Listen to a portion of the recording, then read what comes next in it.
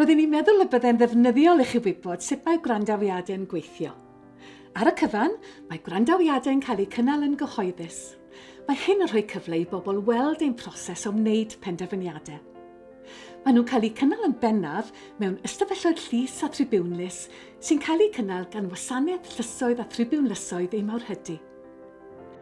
Mae'r ystafelloedd hyn yn cynnig awyrgylch addas ar gyfer gwrandawiadau.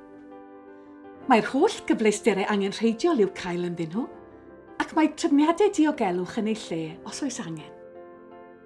Mae ein gwrandawiadau'n cael eu cynnal mewn 3 cham. Mae'r panel yn dod o hyd i unrhyw ffeithiau perthnasol sy'n destun dadl sydd ei hangen. Bydd yn trafod y mater yma yn breifat cyn cyhoeddi'r penderfyniad yn gyhoeddus. Mae'r panel yn penderfynu a yw'r cod ymddygiad wedi cael ei dorri. Bydd yn trafod y mater yn breifat cyn cyhoeddi i benderfyniad yn gyhoeddus. Mae'r panel yn penderfynu pa gamau i'w cymryd. Bydd yn trafod y mater yn breifat eto cyn cyhoeddi i benderfyniad yn gyhoeddus. Po fwyaf difrifol yw'r achos o dorri'r cod ymddygiad, yn fwyaf difrifol yw'r gosb. Mae gan banel Cymru gan llawiau ynglyn â sut i benderfynu pa gamau i'w cymryd.